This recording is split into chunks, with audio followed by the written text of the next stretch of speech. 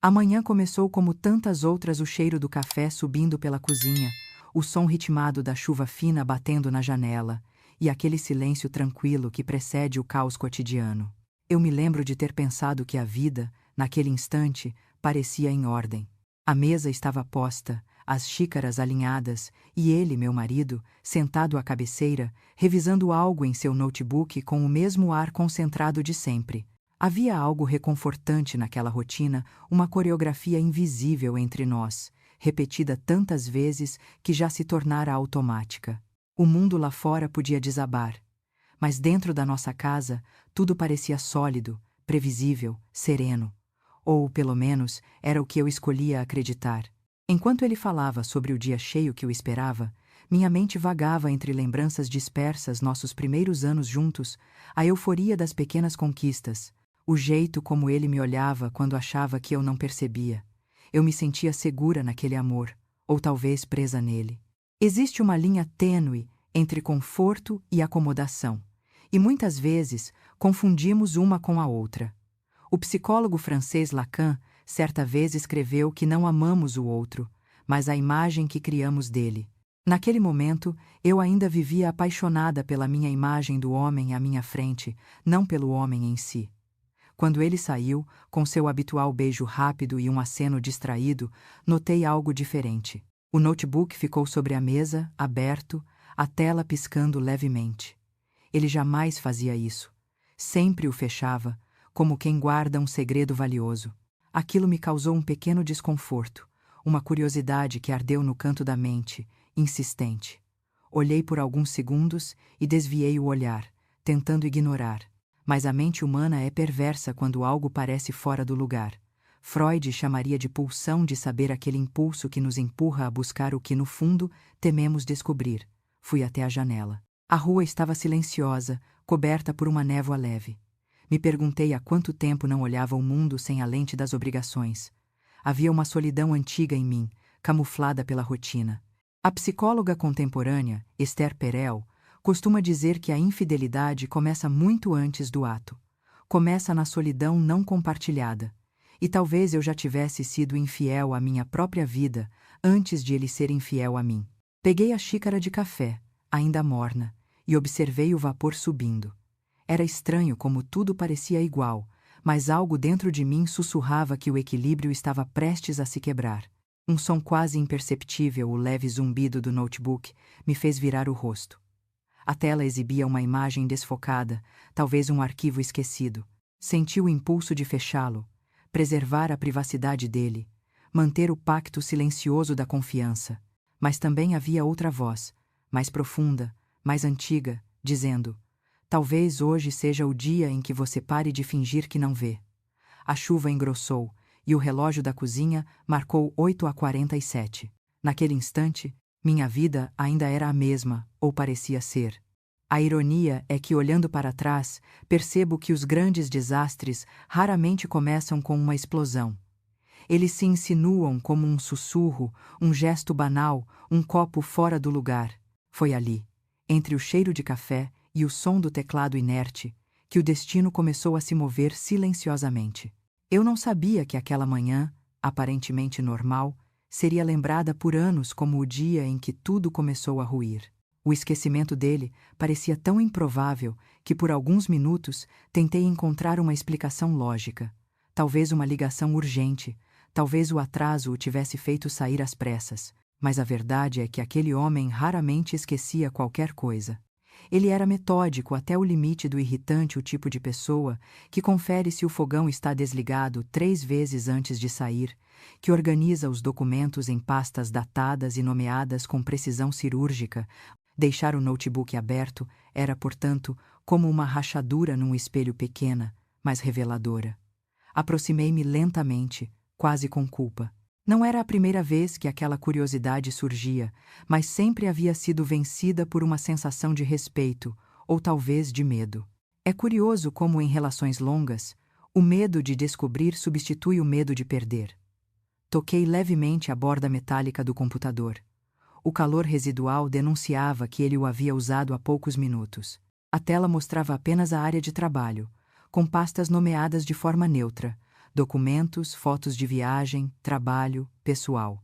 Nada de suspeito à primeira vista, mas algo naquela neutralidade parecia estudado demais, como se ele tivesse criado uma normalidade artificial para esconder algo dentro dela. Respirei fundo. Lembrei das vezes em que ele me pegou olhando para o celular dele e reagiu com aquele meio sorriso frio, como quem diz: não há nada aqui que você precise ver. Naquele instante, me senti à beira de algo perigoso, como uma criança prestes a abrir uma porta proibida. A consciência humana tem um mecanismo estranho. Mesmo quando pressente a dor, ela ainda quer saber. A filósofa Simone de Beauvoir uma vez escreveu que a curiosidade é o primeiro passo para a ruína da paz. Eu estava prestes a dar esse passo. O cursor piscava, hipnótico, como um convite. Bastava um toque, e mesmo assim, fiquei parada por longos segundos. Senti o coração acelerar, e um pensamento absurdo passou pela cabeça. E se for algo que eu nunca possa esquecer? Talvez fosse isso que separa os ingênuos dos desiludidos, a coragem de olhar o abismo e ainda assim seguir. Uma notificação apareceu no canto da tela, o som suave, quase inocente, de uma mensagem recebida. O remetente era um nome que nunca tinha visto antes. Luna. O emoji simples teve o poder de me gelar por dentro. Era o tipo de detalhe que não combina com conversas de trabalho. Fiquei olhando aquele nome como quem encara uma palavra em idioma estrangeiro. Luna, a lua, a coisa que brilha na escuridão, mas nunca mostra o lado oculto. Eu poderia ter fechado o notebook ali mesmo. Poderia ter dito a mim mesma que não era nada, que a imaginação é uma máquina traiçoeira. Mas a tentação de saber o que se escondia atrás daquele ícone era maior do que o desejo de preservar a paz. Talvez, de forma inconsciente, eu já soubesse que havia algo errado há muito tempo. O esquecimento dele deixar o computador ali parecia mais um descuido do destino do que um erro humano. O som distante de um trovão me fez estremecer. Lá fora, a chuva aumentava, e o vento soprava com força, fazendo as janelas vibrarem. Parecia que o mundo todo prendia a respiração comigo. Toquei o touchpad e vi a tela se iluminar de novo. O papel de parede era uma foto nossa, antiga, sorrindo em frente ao mar. Eu usava um vestido branco. Ele me abraçava por trás. Por um instante, senti ternura. Depois percebi o detalhe. Aquela imagem estava ali havia anos, intocada. E ele, que sempre trocava o fundo do notebook, conforme as viagens e fases da vida, não o fazia há meses. Como se o tempo tivesse parado para ele em algum ponto que não incluía mais a mim. Há uma teoria psicológica pouco conhecida, chamada dissonância afetiva reversa, quando o cérebro tenta manter a ilusão de segurança mesmo diante de sinais de perigo emocional. Eu vivia exatamente isso. Tudo em mim gritava para fechar o notebook, mas minhas mãos continuavam ali, firmes, movidas por uma vontade que não parecia minha. Apontei o cursor para a pasta pessoal. A ponta dos meus dedos tremia. Um clique, e o som suave do comando ecoou como o estalo de um galho em meio à floresta. Dentro da pasta, dezenas de subpastas, datas, nomes, eventos, tudo organizado com precisão, como um diário visual de uma vida paralela. Meu coração pulsava alto demais para o silêncio daquela manhã. Foi então que percebi. O esquecimento improvável não era apenas um descuido, era o início de uma revelação. Talvez ele tivesse deixado o notebook de propósito, ou talvez o destino tivesse, finalmente, se cansado de esperar que eu abrisse os olhos. O clique da tentação soou como o estalar de um selo antigo sendo rompido. A tela se abriu diante de mim, oferecendo mais do que imagens, oferecendo escolhas. Era como se, naquele instante, o universo inteiro tivesse se recolhido para ver o que eu faria. Um simples movimento de dedos separava a ignorância da verdade, a paz da ruína. E eu escolhi a verdade. Não por coragem, mas por exaustão. Há um ponto em que fingir cansa mais do que saber. A pasta que cliquei se chamava Momentos, um nome neutro, quase poético, mas profundamente traiçoeiro. Dentro dela, miniaturas de fotos se multiplicavam como fragmentos de uma vida secreta. Por algum motivo, comecei pelas mais antigas, talvez tentando convencer a mim mesma de que tudo aquilo Era apenas trabalho, lembranças inofensivas, alguma viagem de equipe. As primeiras imagens eram inocentes. Paisagens, jantares, grupos de pessoas sorrindo em locais públicos. Ele estava nelas, às vezes sozinho, às vezes ao lado de desconhecidos. Nenhum sinal explícito, mas havia algo, um detalhe sutil nos enquadramentos, uma leveza em seu rosto que não via há anos. Enquanto clicava, uma sensação quase física me percorreu. O corpo sabia o que a mente ainda negava. A neurocientista Lisa Feldman Barrett fala sobre como o corpo detecta o perigo emocional antes que a consciência entenda, o coração acelera, o estômago se contrai, a pele arrepia. Eu senti tudo isso. Era como se uma parte antiga de mim, mais instintiva, estivesse gritando: pare agora. Mas o raciocínio humano é arrogante. Ele sempre acha que pode suportar mais um pouco. Apertei a seta para a direita. Mais fotos. Ele num restaurante elegante, taça de vinho na mão. Em outra, num quarto de hotel, de camiseta simples, o olhar voltado para alguém fora da imagem. Era o tipo de olhar que se dá quando há intimidade, o olhar de quem se sente visto. Tentei lembrar se havia estado com ele naquele lugar. Não reconheci o quarto, nem o espelho, nem as cortinas.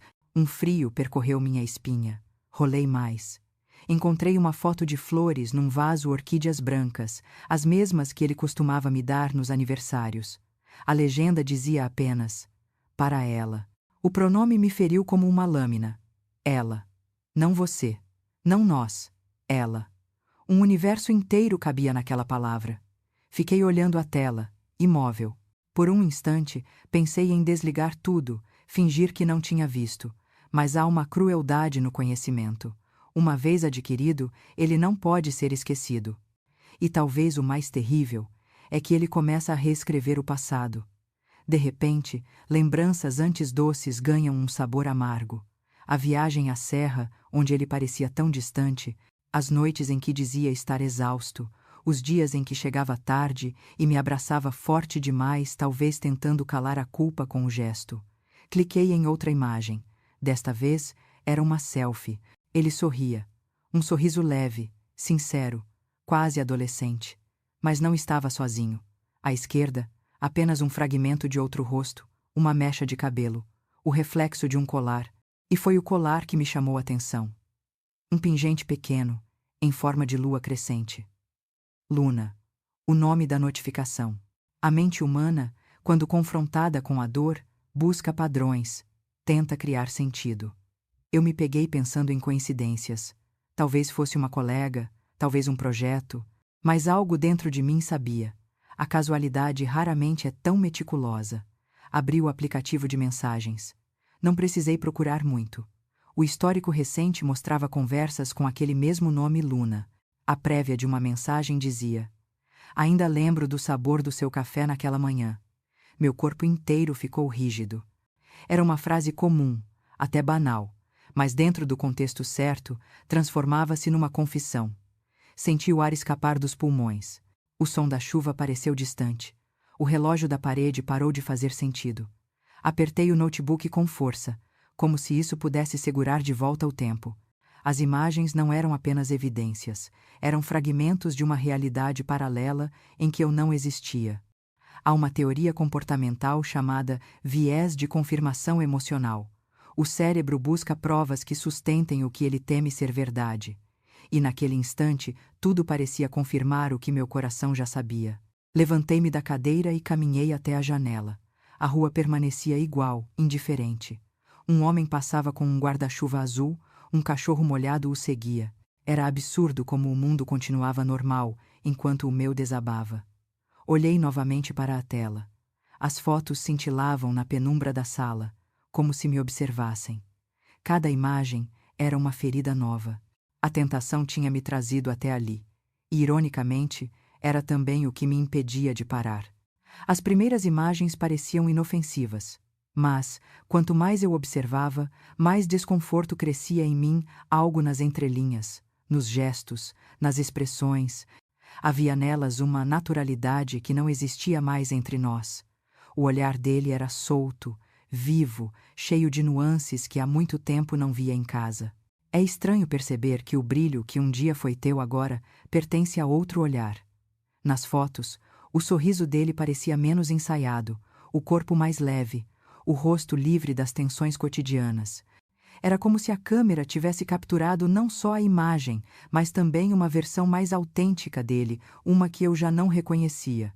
Observei uma sequência de imagens tiradas num café. Ele ria, inclinado para a frente, com aquele gesto que fazia quando estava realmente interessado em alguém.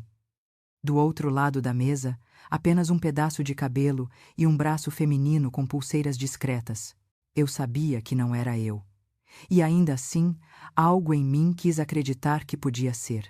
O auto-engano é um instinto de sobrevivência. Freud chamava isso de negação defensiva, quando a mente cria desculpas momentâneas para proteger o ego do impacto da dor. Fiquei olhando aquela foto até que a tela escureceu por inatividade. O reflexo do meu rosto surgiu, pálido e distorcido. Era quase simbólico. A mulher que eu era desaparecia enquanto uma outra, mais consciente e ferida, tomava forma. Toquei o teclado para reativar a tela e continuei. Precisava ver tudo. Não sei se movida por coragem ou desespero, talvez por ambas. A próxima imagem mostrava ele no mesmo café, mas em outro ângulo. Agora era possível ver melhor a mulher. Seus olhos estavam semicerrados de riso, e algo na maneira como ela o olhava, com uma ternura tranquila, me atingiu com força.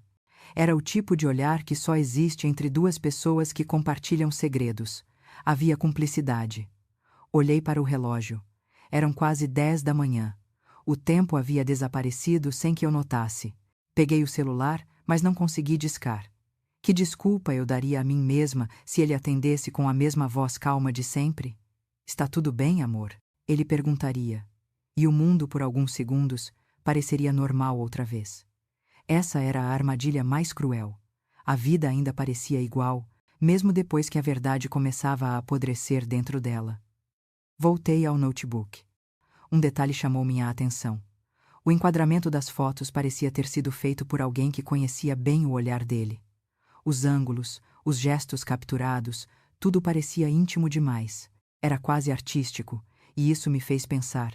Ele odiava tirar fotos, dizia que se sentia exposto. Mas ali, diante daquela mulher, ele parecia gostar de ser visto. Uma das imagens mostrava o reflexo deles num espelho de banheiro. Um registro casual, mas profundamente revelador. Ela segurava o celular, e ele a abraçava por trás, o queixo apoiado em seu ombro. O tipo de gesto que ele fazia comigo nos primeiros anos de casamento, quando ainda havia desejo, riso, leveza. Fiquei parada olhando aquilo por longos segundos. Senti uma mistura de raiva e saudade. Saudade não dele, mas da mulher que eu era quando ainda acreditava que tudo era eterno. A psicóloga belga Esther Perel, em uma de suas palestras, disse que a traição não é apenas a quebra de um pacto, mas também o colapso da história que contamos a nós mesmos. Eu vivia exatamente isso. Toda a narrativa do nós estava se desmontando diante de mim. Eu me dei conta de que cada foto, cada viagem, cada data comemorada, tinha uma sombra, um espaço onde outra vida corria paralela, invisível, mas real. Notei outro detalhe. Em uma das imagens, havia um quadro ao fundo, reconheci a moldura. Era o mesmo modelo de uma loja onde tínhamos comprado móveis para nossa casa anos atrás. E percebi algo ainda mais inquietante. O quadro era idêntico a um que estava pendurado no quarto de hóspedes. O cenário das fotos não era um café ou um hotel. Era nossa própria casa. A revelação me atravessou como uma lâmina fria. O mundo pareceu girar. Senti um som distante, talvez o vento, talvez apenas o sangue nos meus ouvidos. Ele havia trazido aquela mulher para dentro do lugar que eu considerava sagrado. A traição deixava de ser abstrata e ganhava paredes, cheiros, objetos familiares. Era como se minha própria casa tivesse sido violada por um fantasma. O ar se tornou pesado. Andei até a porta e olhei para o corredor. Tudo parecia igual.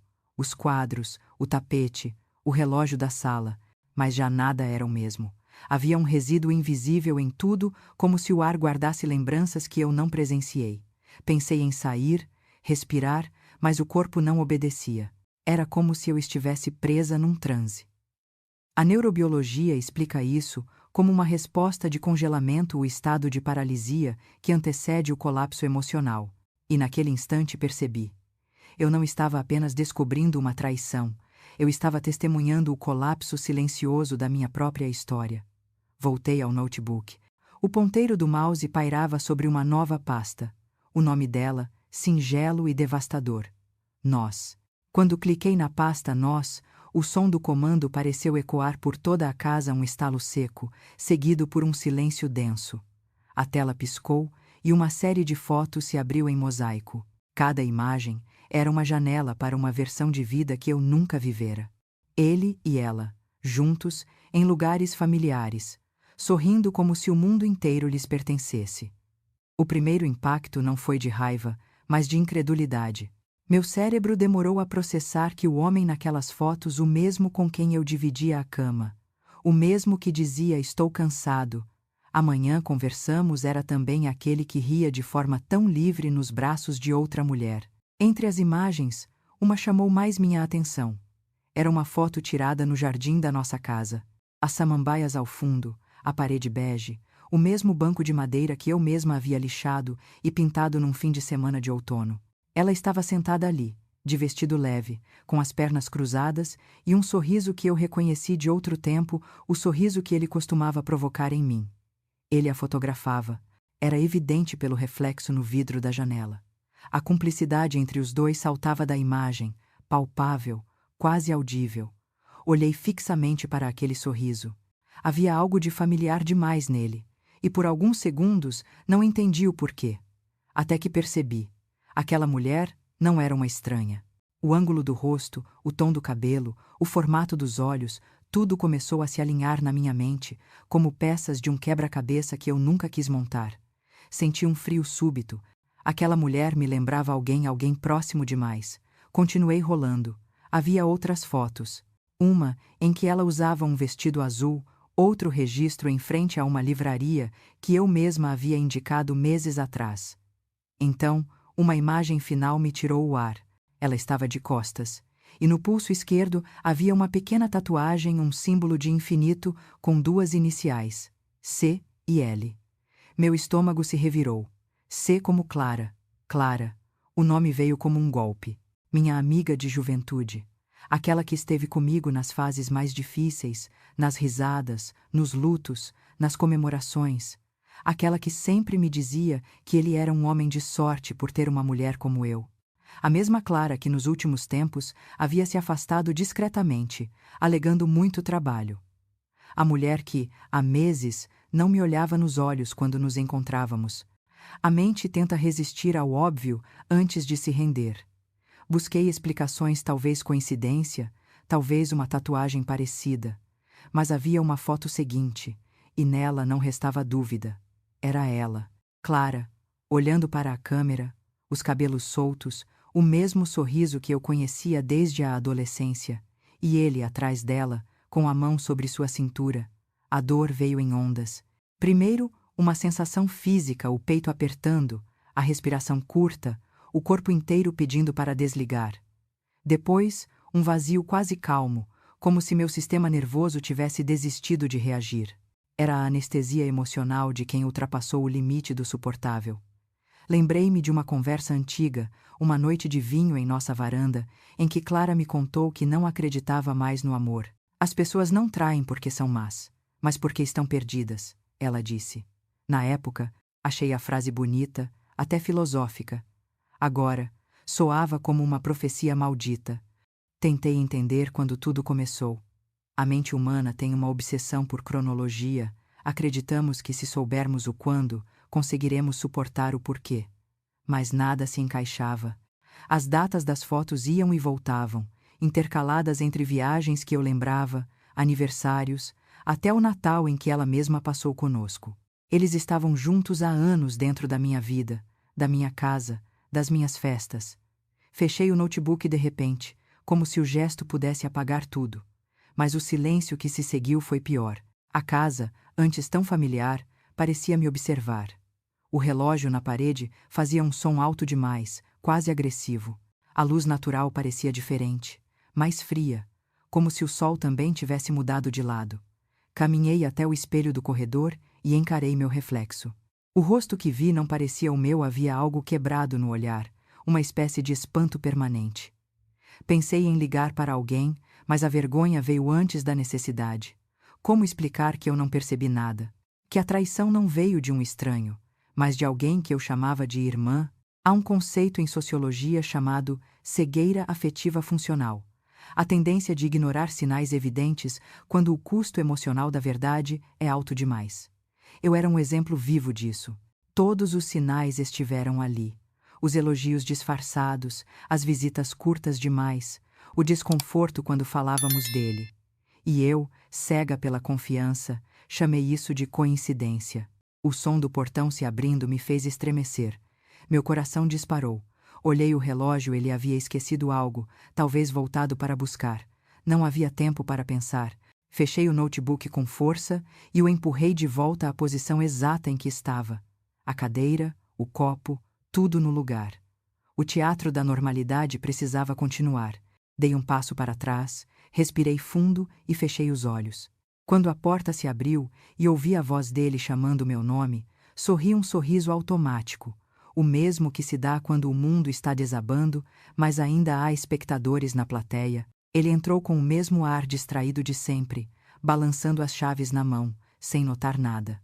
O som dos passos dele ecoou pelo corredor como um lembrete cruel da normalidade que eu fingia sustentar. Ele me olhou e sorriu, aquele sorriso habitual, automático, que um dia eu teria retribuído sem pensar. Esqueci o carregador do celular, disse, caminhando até a mesa. Por um instante, temi que percebesse algo fora do lugar, que notasse a respiração irregular, o olhar fixo demais, as mãos frias. Mas não. Ele seguiu seu pequeno ritual sem perceber a tempestade que se formava a centímetros de distância. Observei cada movimento. O modo como ele ajeitou o relógio no pulso, o toque leve na tampa do notebook, o simples gesto de colocá-lo na mochila. Tudo tão corriqueiro, e ainda assim, cada detalhe agora parecia carregado de significados. Eu via o homem que amava e, ao mesmo tempo, o estranho que partilhava minha mesa com mentiras. Era como olhar uma pintura antiga e, de repente, perceber que ela escondia uma camada inferior, uma verdade soterrada sob pinceladas de aparência. Ele se aproximou, me deu um beijo rápido na testa. Volto tarde, amor. Não me espera para jantar. A frase atravessou o ar como um golpe ensaiado. Eu sorri. Sorri como se ainda acreditasse. A dissonância entre gesto e sentimento foi tamanha que senti o corpo estremecer, uma reação quase física à farsa. Segundo estudos de neuropsicologia, o corpo humano reage à mentira, mesmo quando a mente tenta disfarçar. Os músculos faciais se contraem, a temperatura muda, o batimento cardíaco se altera. Eu senti tudo isso, e ainda assim mantive o sorriso. Ele saiu. A porta se fechou, e o silêncio caiu pesado, absoluto. Foi então que o que restava de mim desabou. Me apoiei na mesa, tentando respirar. O chão parecia distante, a cabeça leve, como se o ar tivesse se tornado rarefeito. Lá fora, um vizinho ligou o carro, e o som me trouxe de volta. Caminhei até o sofá e sentei. O notebook, agora fechado, repousava à minha frente como uma testemunha muda. Permaneci ali por longos minutos, olhando para o nada. As memórias começaram a desfilar em ordem desordenada, como uma colagem cruel de momentos que agora tinham outro significado. As viagens em família, os abraços no portão, as conversas sobre confiança, cada lembrança vinha acompanhada de uma sombra nova, e dentro de mim, um pensamento frio. A casa que construí era feita de ilusões. Levantei e fui até o quarto. O cheiro dele ainda estava nos lençóis, no travesseiro, em cada canto.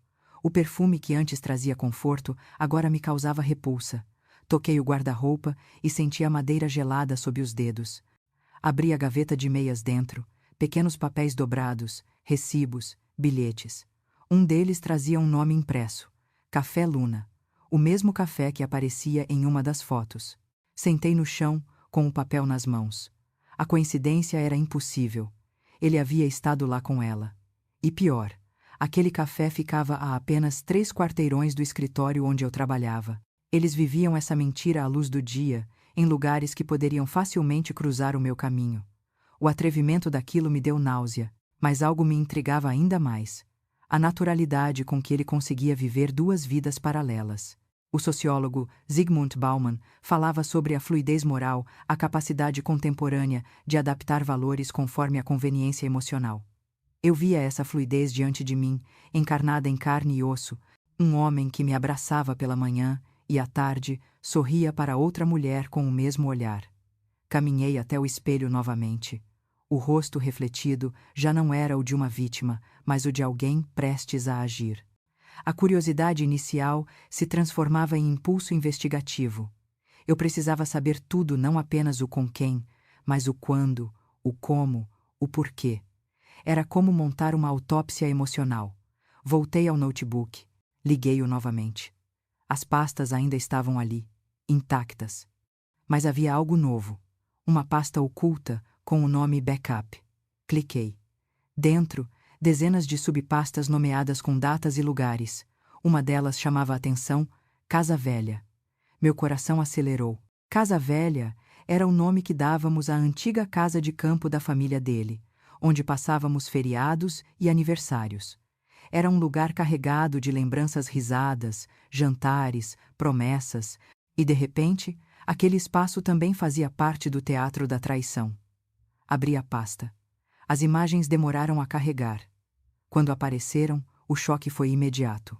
Eles estavam lá, no mesmo sofá onde eu dormira tantas vezes, nas mesmas paredes que um dia pintei com as próprias mãos. Cada foto era um crime íntimo. Em uma delas, ela usava meu chapéu de palha, o mesmo que ficava pendurado na varanda. Em outra, ele estava deitado com a cabeça no colo dela, olhos fechados, tranquilo.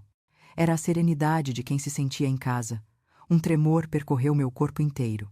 A traição deixava de ser apenas uma abstração moral e ganhava textura, som, cor, cheiro. Eu podia sentir o ar daquela casa, ouvir o ranger do piso de madeira, imaginar o barulho do vento pelas frestas. A psicologia chama isso de memória empática, quando o cérebro reconstrói um cenário vivido, mesmo que o estímulo venha de algo externo. Eu estava vivendo aquilo sem estar lá. As lágrimas vieram, mas silenciosas, controladas. Não havia grito, nem colapso. Apenas uma dor profunda, disciplinada, quase científica. Era como se eu estivesse observando o fim de um experimento do qual fora cobaia sem saber. E no meio dessa dor lúcida, uma ideia começou a tomar forma. Eu precisava ver a casa, precisava ir até lá. Não por vingança ainda não, mas para confrontar o espaço com meus próprios olhos. Saber se o que eu via nas fotos era mesmo real, se o fantasma deles ainda pairava nas paredes. Quando fechei o notebook, já sabia o que faria. Eu iria à Casa Velha. E lá, talvez, o silêncio das coisas me dissesse o que as pessoas não tiveram coragem de dizer. A estrada para a Casa Velha parecia mais longa do que eu lembrava. O caminho, ladeado por eucaliptos altos e pelo cheiro úmido da terra, trazia uma sensação de deslocamento no tempo. Cada curva era uma memória que insistia em se repetir. Risadas antigas, o som da chuva no telhado de zinco, o toque das mãos dele enquanto acendia a lareira. A ironia era insuportável. Os mesmos lugares que antes simbolizavam amor, agora eram cenário de um crime afetivo. O sol começava a se pôr quando estacionei diante do portão. A pintura estava descascada, e o jardim parecia abandonado, tomado por ervas altas. Ainda assim, havia uma beleza melancólica naquele descuido, como se o próprio lugar soubesse que abrigara segredos que preferia esquecer. Peguei a chave que guardava no porta-luvas. Ela ainda encaixava perfeitamente na fechadura. Ao abrir a porta, um cheiro familiar me envolveu. Mistura de madeira antiga, poeira e lembranças. Dei o primeiro passo para dentro e senti o chão ranger. Cada cômodo parecia congelado no tempo. O sofá coberto por um lençol branco, os quadros tortos na parede, o relógio parado às 3h17. Tudo como havíamos deixado, ou quase. No centro da sala, sobre a mesa de centro, havia um vaso com flores secas, rosas. Eu nunca deixava rosas ali, ele sabia que eu preferia lírios. Caminhei lentamente. O som dos meus passos era o único ruído. Toquei a parede. Sentia a aspereza da tinta antiga. Era estranho como um espaço físico podia reter tanto peso simbólico. A antropologia chama isso de memória material, o poder dos objetos de armazenar emoções humanas. E ali, cada objeto parecia pulsar com uma história que não era mais minha. Na cozinha, a cafeteira antiga ainda estava sobre o balcão, um copo solitário ao lado. Lembrei de uma manhã, anos atrás, quando ele derramou café sobre o avental e me beijou entre risadas. A lembrança veio com força, seguida de repulsa. A mente é cruel. Mesmo quando tudo está perdido, ela insiste em reviver os momentos bons. Subi as escadas devagar. O quarto principal estava como antes, mas havia sinais sutis de presença recente, uma janela entreaberta, um perfume leve, indefinível. Sobre a cômoda, algo brilhou sob o último raio de sol. Um brinco, pequeno, prateado, com uma pedra azul no centro. O mesmo que dei a Clara no nosso aniversário de amizade, anos atrás. Peguei o objeto entre os dedos. O metal ainda tinha um leve calor humano. Meu coração acelerou. Aquilo era a prova física, o traço inegável. Nenhuma dúvida restava. A traição havia acontecido ali, entre aquelas paredes. A casa testemunhara tudo risos, toques, talvez juras sussurradas. Senti vontade de gritar, mas apenas respirei fundo e deixei o silêncio me engolir. Sentei na beira da cama e fechei os olhos. O som distante de pássaros noturnos preenchia o ar. Pensei em como seria simples colocar fogo em tudo, transformar lembranças em cinzas. Mas a raiva que eu sentia era fria, calculada, sem o desespero das tragédias de cinema. Era a raiva madura, contida, que nasce quando o coração se quebra e a mente permanece lúcida. Peguei o celular. As mãos tremiam. Rolei as mensagens antigas com Clara, buscando alguma pista que pudesse confirmar o que já sabia. Havia frases que agora soavam ambíguas. Ele parece tão tenso ultimamente. Cuide bem dele. Ele te ama tanto. Eu, ingênua, respondia com carinho, sem perceber que cada palavra dela carregava um subtexto. Levantei e fui até o espelho do quarto. O reflexo me assustou. A mulher que me encarava tinha olhos secos, mas firmes uma serenidade estranha, quase perigosa. Era o olhar de quem tinha perdido tudo, mas ganhado algo raro, a clareza. Decidi procurar mais. No canto da sala, um armário de madeira antiga guardava caixas com documentos e fotos. Abri uma delas. Dentro, envelopes, cartões e um pendrive prateado. O nome gravado nele, com letras pequenas. Luna. Por um segundo, o mundo parou. Meu estômago se contraiu. Levei o objeto até o notebook que trazia na bolsa. O arquivo abriu com lentidão.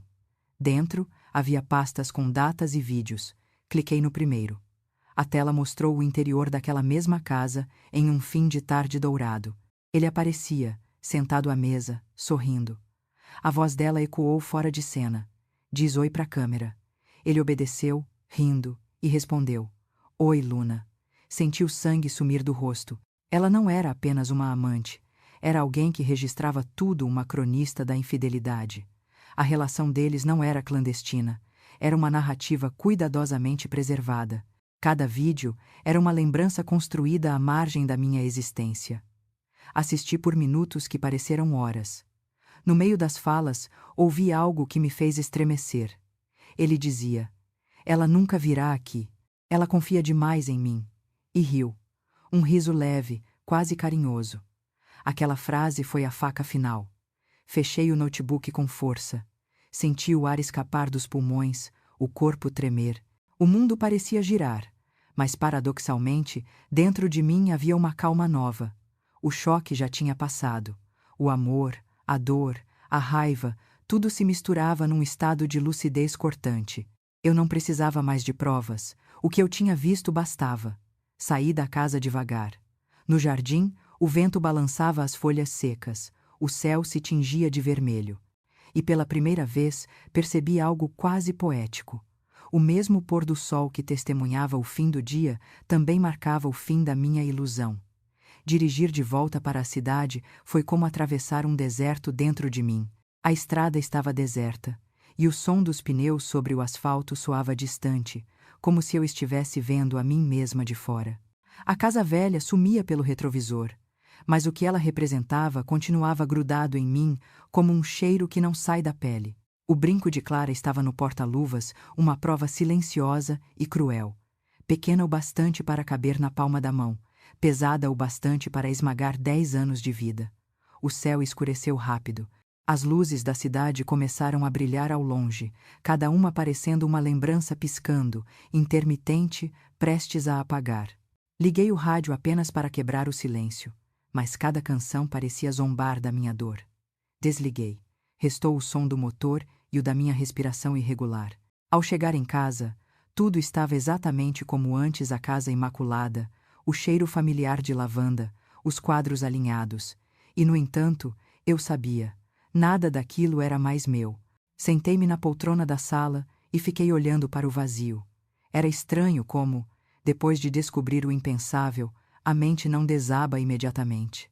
Ela se reorganiza primeiro, constrói uma espécie de mapa do inferno, delimitando cada camada da perda. Peguei o notebook outra vez. Eu precisava ver até onde a mentira se estendia. Liguei-o e o som familiar da inicialização ecoou pela sala. As pastas estavam lá, frias e imóveis, como túmulos digitais. Abri uma chamada Projetos Pessoais. Lá dentro, uma subpasta com o nome Clara. A ironia era desavergonhada. Dentro dela, documentos, fotos e um arquivo de texto intitulado Para o Futuro. Abri. Eram anotações dele. E, entre planilhas e rascunhos, havia trechos de algo que parecia uma carta. As palavras eram simples, diretas, sem poesia, o que, de certa forma, as tornava ainda mais devastadoras. Clara, às vezes penso que o que sinto por você é mais real do que tudo que vivi até hoje. Com ela, tenho uma história, mas com você, tenho um presente. Não sei o que será do futuro, mas pela primeira vez, me sinto inteiro. Senti a garganta fechar. As palavras ecoaram como um veredito. Ele não apenas me traía, ele me havia substituído emocionalmente. Eu era o passado que o sustentava. Ela, o presente que o excitava. Era o tipo de dor que não se mede em lágrimas, mas em silêncios. Fechei o notebook e respirei fundo. A sala parecia se contrair ao meu redor. Cada objeto carregava uma lembrança que agora doía: o abajur que escolhemos juntos, o quadro que ele me deu no primeiro aniversário de casamento, até o tapete onde dançamos numa noite de vinho. Tudo agora parecia zombar de mim. Levantei e fui até o espelho do corredor. Olhei para meu reflexo. Havia algo novo no olhar, uma mistura de cansaço e determinação. Era o rosto de uma mulher que havia atravessado o limite da inocência. As lágrimas, que até então não tinham vindo, começaram a cair, não em desespero, mas em reconhecimento. Era como se ao chorar eu confirmasse: sim, aconteceu. E sim, eu sobrevivi. Sentei no chão, encostada à parede. Fechei os olhos e deixei que a dor viesse em ondas. Pensei em ligar para ela, para Clara. Imaginar o som da voz dela me causava repulsa e ao mesmo tempo curiosidade. O que ela diria? Que foi um erro? Que o amor aconteceu sem querer? Que não era sobre mim? Essas são as frases que as pessoas usam para justificar o injustificável. Peguei o celular, abri a conversa com ela. A última mensagem era de semanas atrás. Saudades. Precisamos marcar um café. Quase ri. O café. O mesmo onde ela se encontrou com ele inúmeras vezes. O mesmo onde talvez tenham planejado como manter a farsa. A ironia me feriu com precisão cirúrgica. Escrevi uma mensagem curta, sem raiva, sem drama. Encontrei seu brinco. Estava na casa velha. Fiquei olhando para a tela, o cursor piscando, como se esperasse que ela respondesse instantaneamente. 30 segundos. 1 minuto. 2. Nenhuma resposta. As reticências surgiram, desapareceram, voltaram. E então, a mensagem chegou.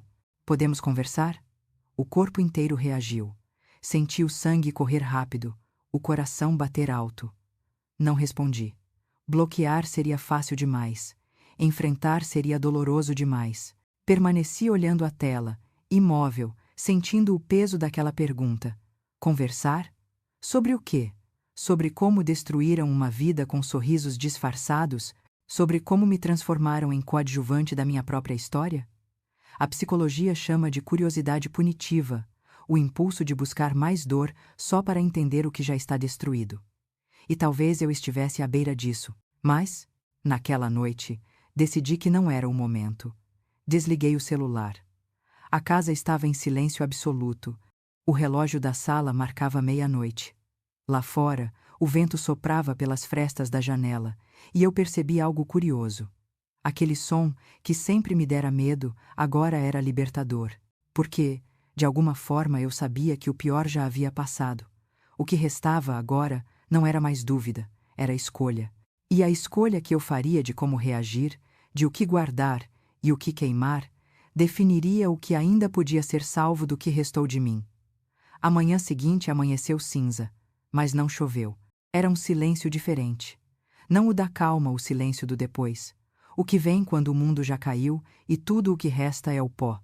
Abri os olhos e, por alguns segundos, esqueci. A rotina me puxou por instinto. Levantar, abrir as cortinas, ligar a cafeteira. Mas assim que o aroma do café encheu o ar, a lembrança me atingiu com violência.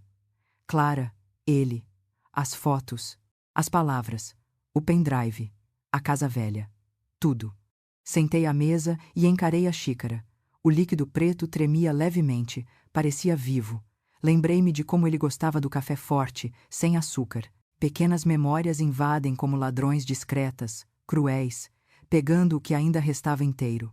Peguei o celular. Nenhuma nova mensagem de Clara, nenhuma ligação dele. O vazio era tão absoluto que doía mais do que qualquer confronto.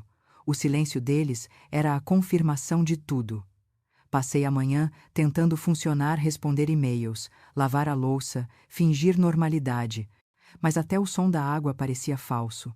A mente humana, quando atravessa um trauma, entra em modo de contenção, um mecanismo chamado dissociação leve, em que a realidade parece deslocada, quase cinematográfica. Eu me sentia dentro de um filme que alguém tinha pausado no pior momento. Ao meio-dia, o portão se abriu. Meu coração reagiu antes do raciocínio. Ele. Entrei em modo automático, o corpo tenso, mas a voz calma. Oi, disse ele, como se nada tivesse acontecido. Carregava o mesmo sorriso de sempre, uma sacola com pão e flores rosas brancas. As mesmas que eu encontrara secas na casa velha.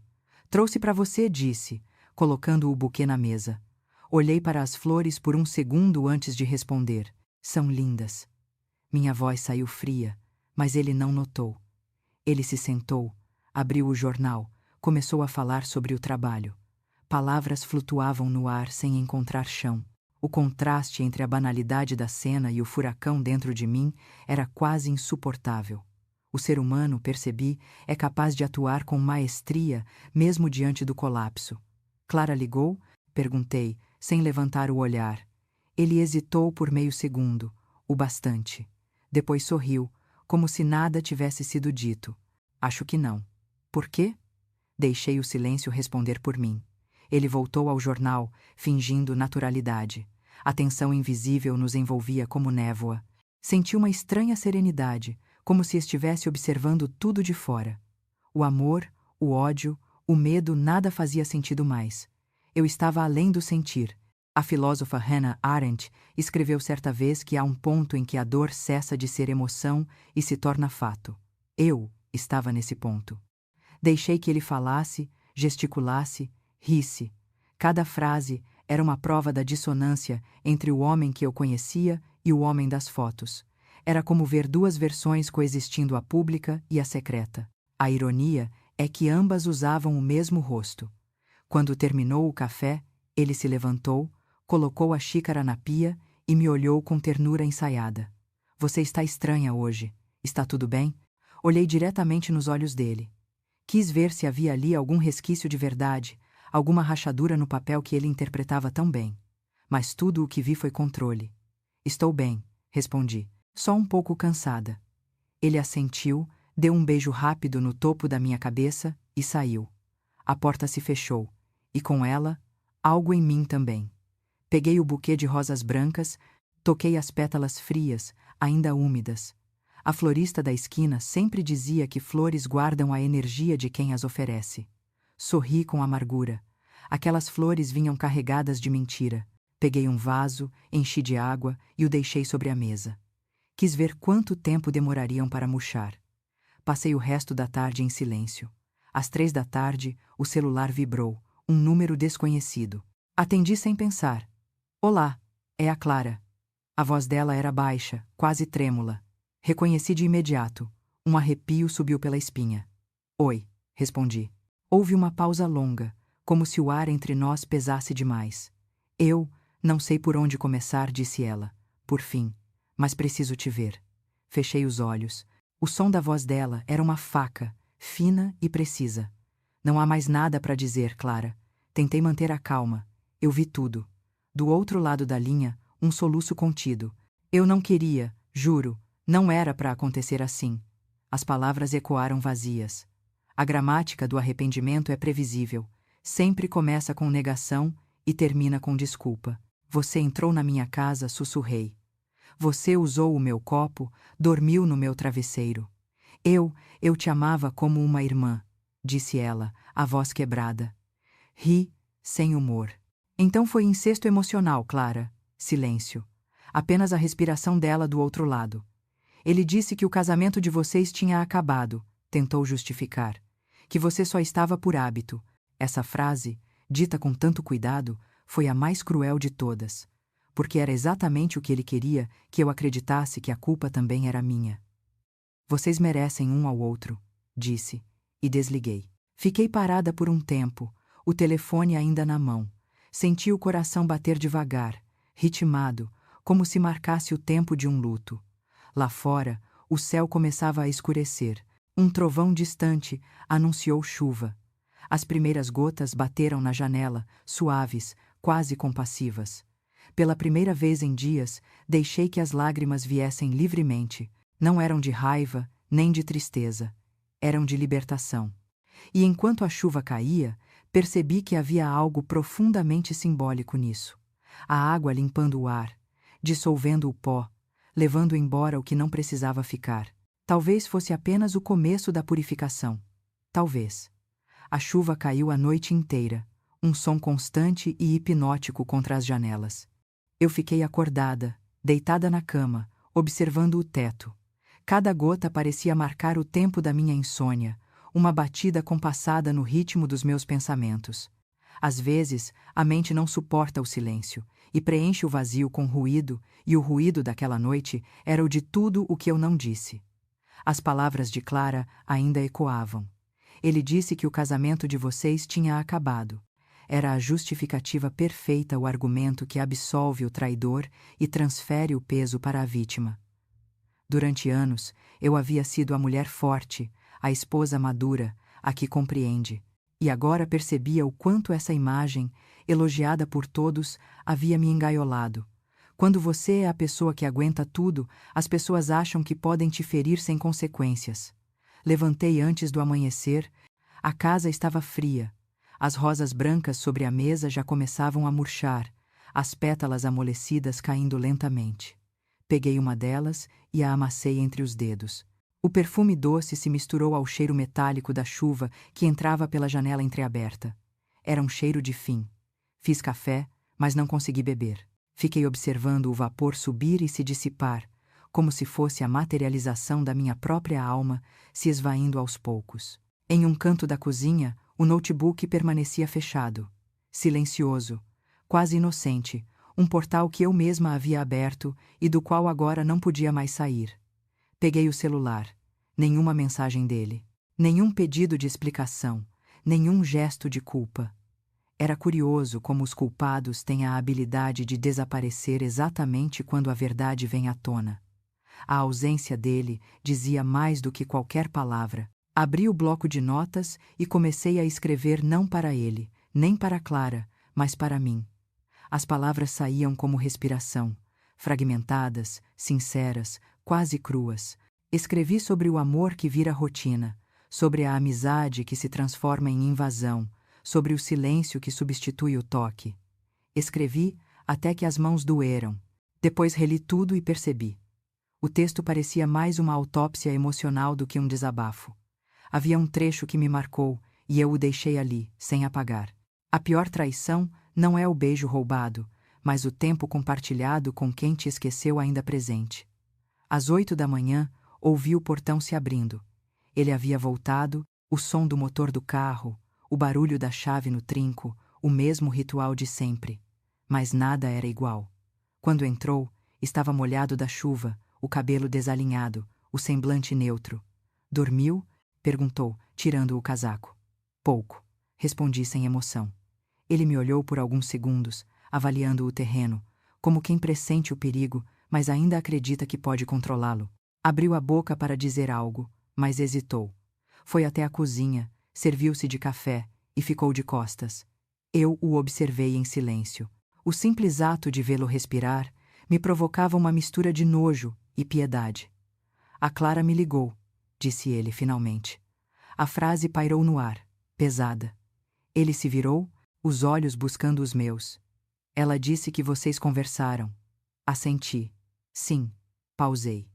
Conversamos sobre o que vocês fizeram comigo. O silêncio que se seguiu foi denso. Ele abaixou o olhar, apoiou as mãos na mesa. Por um instante, pareceu vacilar. Eu ia te contar, disse baixo. Só não sabia como. Ri.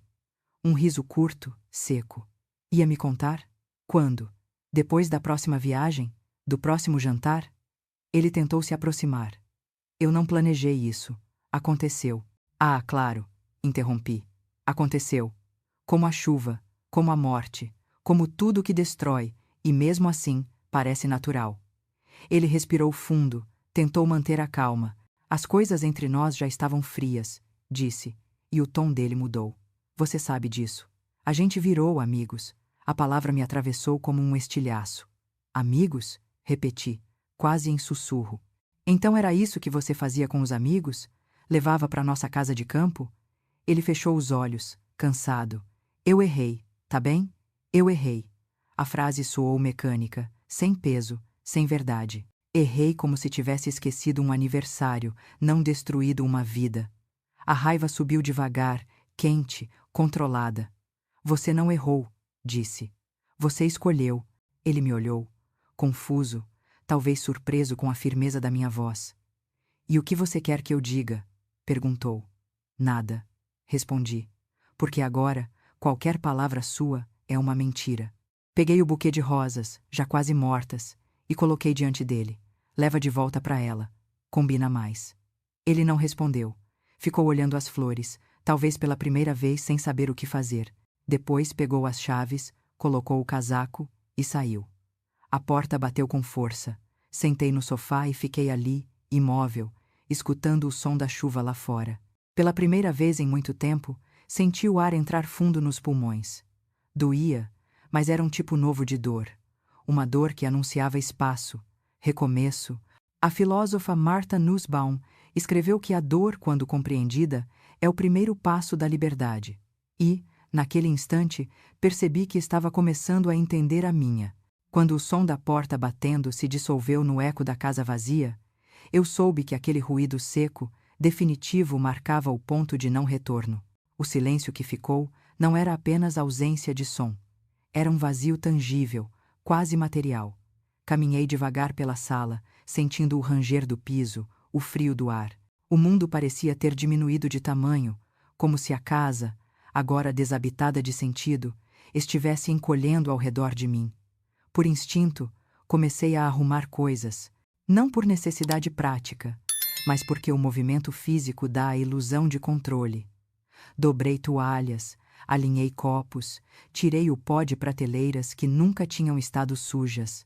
Há uma teoria em psicologia comportamental que fala sobre a gestão simbólica do caos, quando o corpo tenta reorganizar o ambiente para compensar a desordem interna. Eu vivia exatamente isso. A cada objeto que tocava, uma lembrança emergia. O quadro na parede, ele escolheu o enquadramento. O abajur do quarto presente do nosso 5º aniversário, a toalha azul, a mesma que ele usava na casa velha. Pequenas relíquias de uma vida que, agora, se tornava peça de museu. Senti uma náusea leve, não de raiva, mas de exaustão.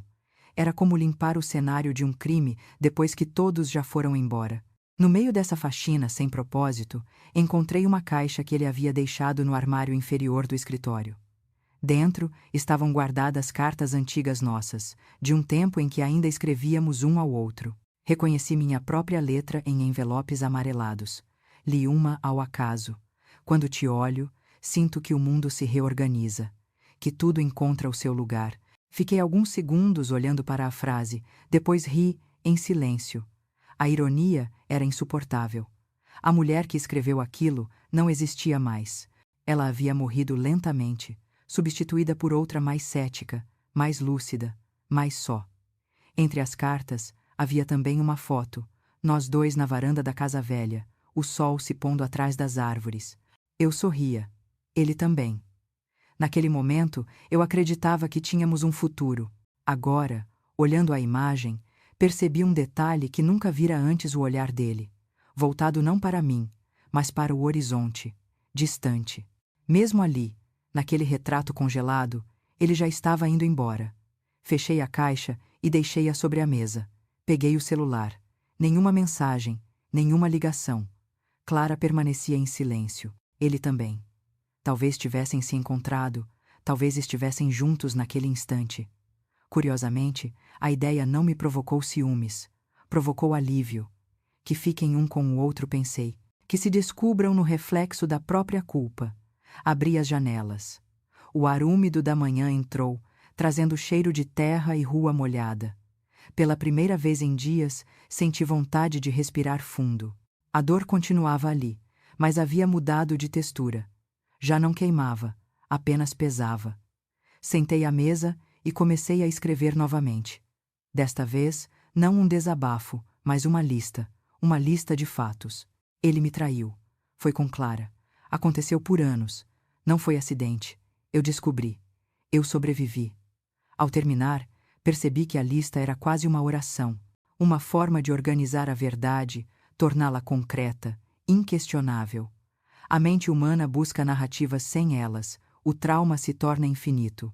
Eu precisava transformar aquilo numa história com começo, meio e fim. E se ninguém me contaria esse final, eu mesma o escreveria. Peguei o laptop e comecei um novo documento. O título: A Casa Onde Dormem os Segredos. As palavras fluíram com facilidade assustadora.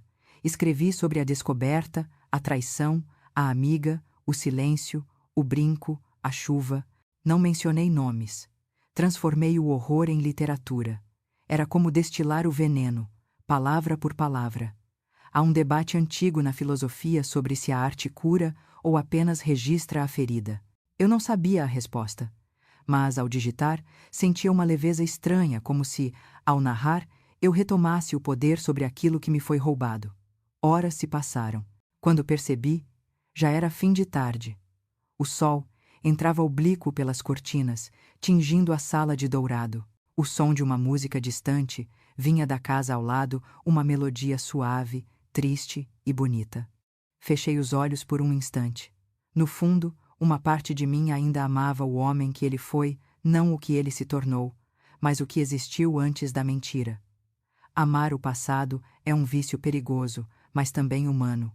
A neurociência chama isso de apego ao fantasma emocional, quando o cérebro se recusa a apagar a versão idealizada de alguém, mesmo após o desastre. Eu estava nesse processo, entre o apego e o esquecimento. Quando abri os olhos, decidi. Não choraria mais por ele, nem por ela. O luto precisava acabar. Fechei o notebook, apaguei as luzes e fiquei apenas ouvindo o próprio coração batendo. Ainda batia, ainda estava ali. A dor não me definia mais. Era apenas o testemunho de que eu havia amado e, de alguma forma, sobrevivido a isso. Os dias seguintes passaram como se o tempo tivesse esquecido de me incluir. O relógio continuava a marcar as horas, mas eu vivia em suspenso um espaço entre o antes e o depois. A dor havia se transformado em rotina. Eu acordava com ela, almoçava com ela, dormia ao lado dela. E, paradoxalmente, comecei a encontrar uma estranha ordem dentro do caos. A ausência dele criava silêncio, e o silêncio, pela primeira vez, me pertencia. Na segunda-feira, voltei ao trabalho. As pessoas me cumprimentaram com o mesmo entusiasmo polido de sempre. Sorri, respondi, cumpri todas as formalidades. Era curioso. Por fora, nada denunciava que eu havia assistido à demolição da minha vida. Por dentro, cada gesto era um esforço de engenharia emocional. Descobri que a humanidade sobreviveu a guerras e tragédias porque aprendeu a simular normalidade, o mesmo instinto que me fazia digitar relatórios e participar de reuniões enquanto minha alma ainda estava em ruínas. No intervalo do almoço, sentei num banco da praça e fiquei observando as pessoas. Casais de mãos dadas, mães com crianças, risadas soltas. A vida seguia seu curso, indiferente às tragédias particulares. Senti inveja da leveza alheia, mas também gratidão. O mundo não havia parado. Talvez essa indiferença fosse de algum modo um consolo. Meu celular vibrou, um número familiar. Hesitei antes de atender. Era ele. O nome na tela me pareceu quase estrangeiro. Atendi com voz neutra. Oi. Do outro lado, silêncio. Depois, a respiração dele. E uma frase. Eu queria conversar. Fechei os olhos. A calma na voz dele soava ensaiada. Sobre o quê? Perguntei. Sobre tudo. Pausa. Sobre nós. Ri baixinho. Nós. A palavra tinha virado um cadáver linguístico. O nós acabou, respondi. Você e eu somos fatos isolados agora. Ele tentou insistir. Eu não quero perder você. A sinceridade na voz dele era tão vaga que parecia uma réplica teatral. Você já perdeu, disse. Só ainda não percebeu. Antes que pudesse dizer mais, desliguei. E, pela primeira vez, não tremi depois. A ligação que antes me teria devastado agora me deixou estranhamente serena. Voltei para o escritório, sentei à mesa e, entre planilhas e e-mails, percebi algo. O peso começava a mudar de lugar. Não desaparecia, mas se reorganizava, encontrando um canto menos sufocante dentro de mim. O corpo humano tem uma habilidade admirável de se acostumar até com o intolerável. Naquela noite, em casa, reli o texto que havia escrito: A casa onde dormem os segredos. Havia algo catártico ali, algo que me devolvia a voz. Decidi continuar. Escrevi mais, descrevendo o instante da descoberta, o som da chuva, o sabor metálico do medo, o reflexo do espelho. Cada frase parecia drenar um pouco do veneno. A literatura, percebi, não apaga a dor, mas lhe dá forma, e aquilo que tem forma pode ser enfrentado. Nos dias que seguiram, comecei a reconstruir pequenas rotinas, caminhar ao amanhecer, ouvir música, reorganizar a cozinha, cozinhar apenas para mim. O vazio na mesa de jantar deixou de ser uma ferida e virou espaço. A solidão, antes assustadora, começou a se tornar familiar. Uma noite, decidi abrir uma garrafa de vinho guardada há anos. Era uma que tínhamos prometido abrir quando tudo se acalmasse. A ironia me fez sorrir. Coloquei uma música antiga. Sentei à mesa e brindei comigo mesma. O vinho tinha o gosto agridoce do recomeço, o sabor de algo que um dia foi promessa, e agora era libertação. O telefone vibrou de novo, mas ignorei. A notificação mostrava o nome dele. Bloqueei sem hesitar. Bloquear, percebi. Não era ato de raiva, era higiene emocional. À medida que a semana terminava, notei uma leveza discreta, quase imperceptível. A dor não havia ido embora, mas começava a se misturar com outras sensações. Paz, curiosidade, até uma semente tímida de esperança. Não a esperança de reatar ou entender, mas a esperança de simplesmente existir sem o peso da mentira. Numa das manhãs, abri as cortinas e vi o sol atravessar a sala, iluminando o vaso onde as rosas já tinham morrido completamente. Pensei em jogá-las fora, mas decidi deixá-las ali por mais um dia. Elas não me feriam mais. Eram apenas o registro de algo que um dia teve cor, e agora não tinha mais. Há uma linha em um ensaio de Virginia Woolf que diz: quando o coração para de se estilhaçar, ele começa a se expandir. Eu não sabia se o meu havia parado de quebrar, mas sentia com uma estranha certeza que estava começando a crescer de novo. E talvez, pensei, isso fosse o que restava quando o amor morre, o espaço que ele deixa. E o que fazemos com esse espaço é o que define o que ainda somos capazes de ser. As semanas começaram a se misturar, e a passagem do tempo já não era marcada por datas, mas por pequenos sinais de cura. A xícara que antes eu colocava na mesa para dois, agora ficava sozinha, e aos poucos, isso deixou de parecer triste. As manhãs voltaram a ter som: o canto dos pássaros, o barulho do vizinho abrindo o portão, o ronco distante de um ônibus. Tudo o que antes me lembrava a solidão agora se tornava companhia. Era como se o mundo, gentilmente, me ensinasse a reocupar o espaço que eu havia deixado vazio dentro de mim. No trabalho, percebi que as pessoas começavam a me olhar de outro modo. Talvez fosse o olhar de quem pressente mudança, ou talvez eu mesma tivesse mudado o modo de existir nos lugares.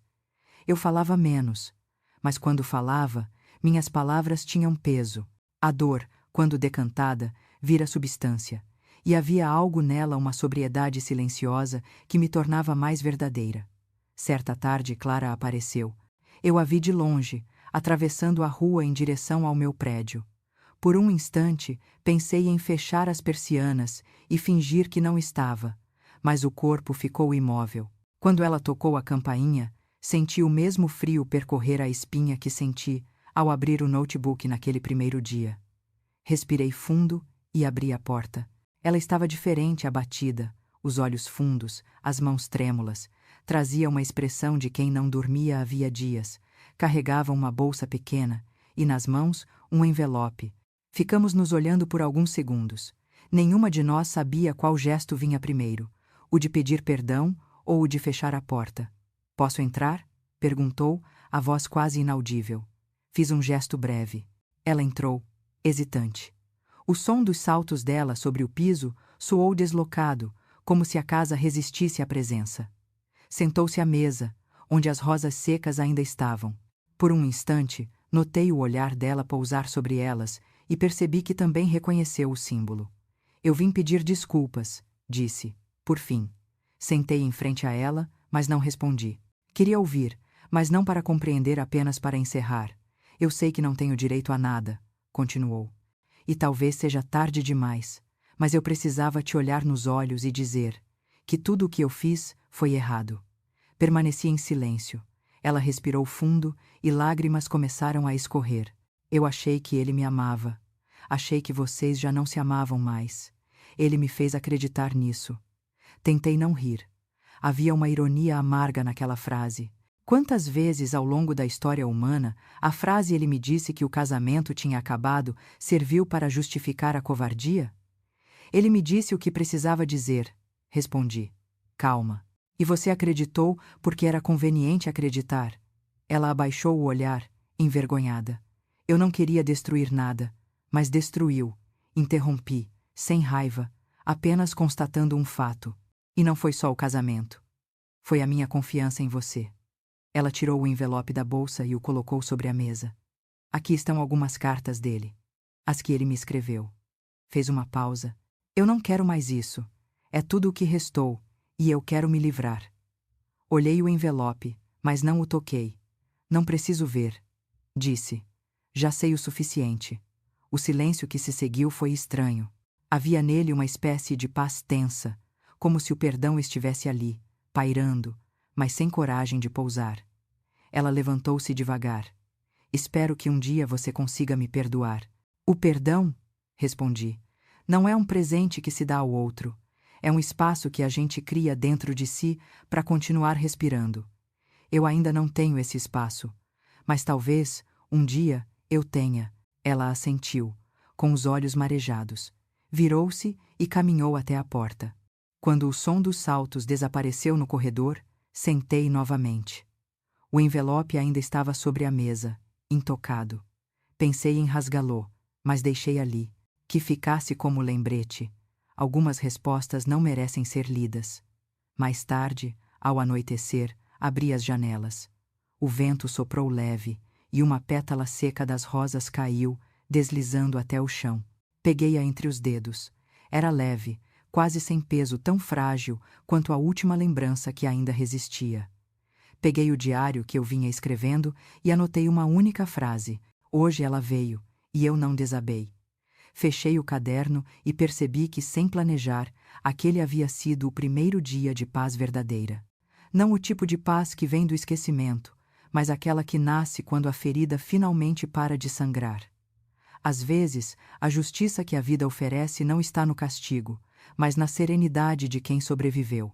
Naquela noite, depois que Clara se foi, fiquei sozinha na sala, o envelope ainda sobre a mesa como uma presença muda. O céu lá fora estava limpo, a lua cheia se refletia no vidro e o ar tinha um frescor estranho, o tipo de ar que precede o recomeço. Caminhei até o envelope, passei os dedos por cima dele e, por um momento, considerei abri-lo. A curiosidade é uma forma de autossabotagem. A mente, mesmo depois de entender tudo, ainda quer tocar a dor, como se confirmar o sofrimento pudesse torná-lo mais suportável. Mas não abri. Peguei o envelope, dobrei-o em 4 partes e o joguei na lareira. As chamas subiram rápidas, engolindo o papel.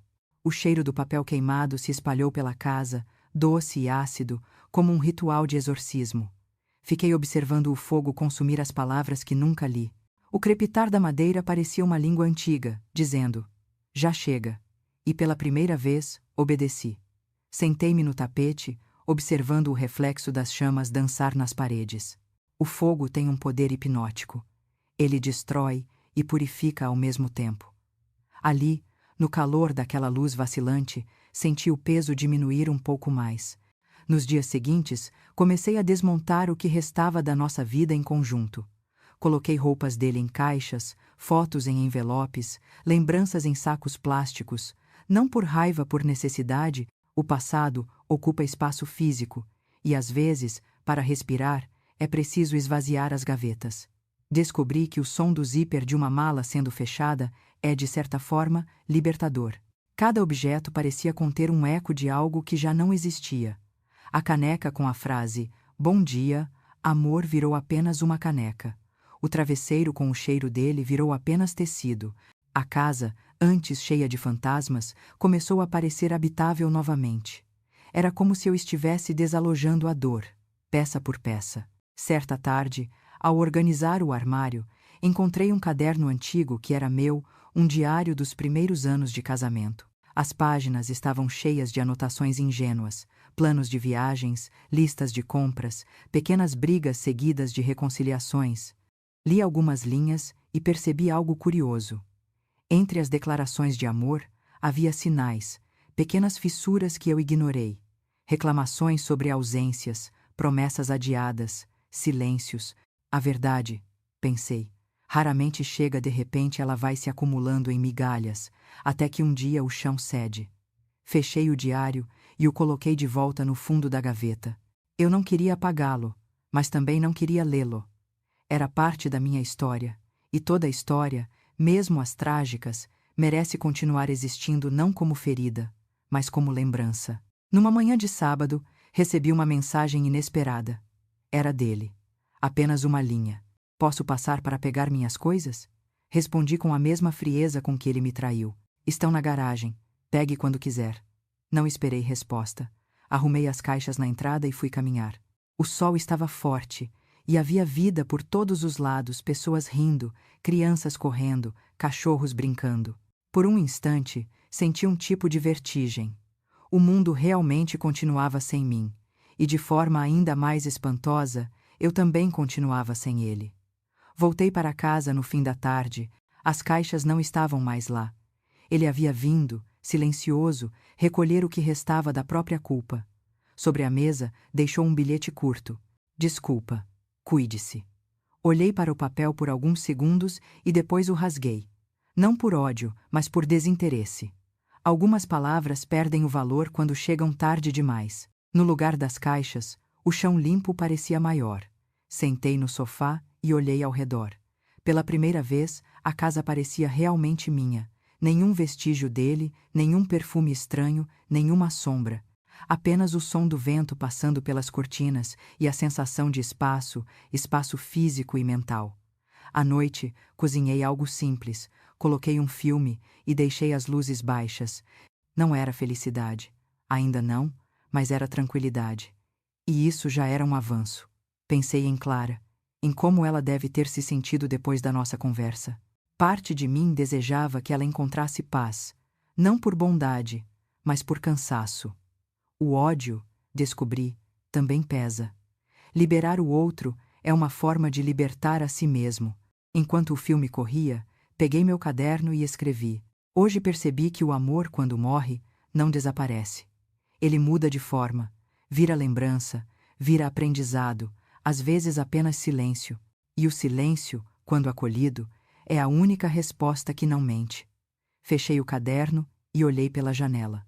A lua estava alta, serena, indiferente aos dramas humanos. Pensei em como tudo na natureza é cíclico, o mar recua para depois voltar, as flores murcham para dar lugar a outras, o coração quebra para aprender a pulsar de novo.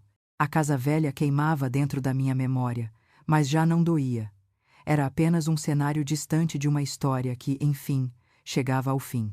E, pela primeira vez desde o início de tudo, adormeci sem sobressaltos.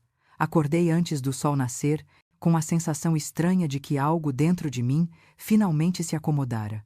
Não era alegria, tampouco tristeza, era um silêncio maduro, como o que fica depois de uma longa tempestade. O ar da manhã tinha cheiro de terra molhada e começo. Por instinto, fui até a janela. Lá fora, o céu clareava devagar, e as primeiras cores do dia pareciam sussurrar uma promessa simples: a vida continua. Fiz café. A rotina, que antes me parecia condenação, agora era quase um ritual de renascimento. Coloquei a caneca sobre a mesa e fiquei observando o vapor subir, como um símbolo do que eu mesma me tornara. Algo que havia sido aquecido, transformado, evaporado, mas ainda existia. Peguei o caderno e comecei a escrever sem pensar, palavras surgindo como respiração natural. Perdoar não é esquecer. É lembrar sem dor. Li a frase em voz baixa e percebi que ela soava verdadeira.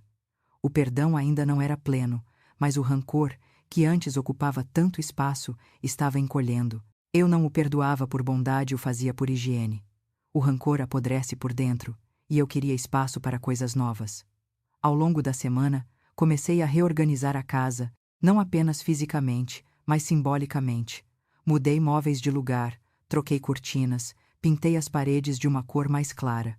Cada gesto era uma maneira de reescrever a história do espaço. A psicanalista Françoise Douto dizia que as casas guardam ecos emocionais, e eu queria que a minha guardasse ecos de leveza, não de dor. Enquanto pintava a parede da sala, encontrei, atrás de um quadro, uma foto esquecida.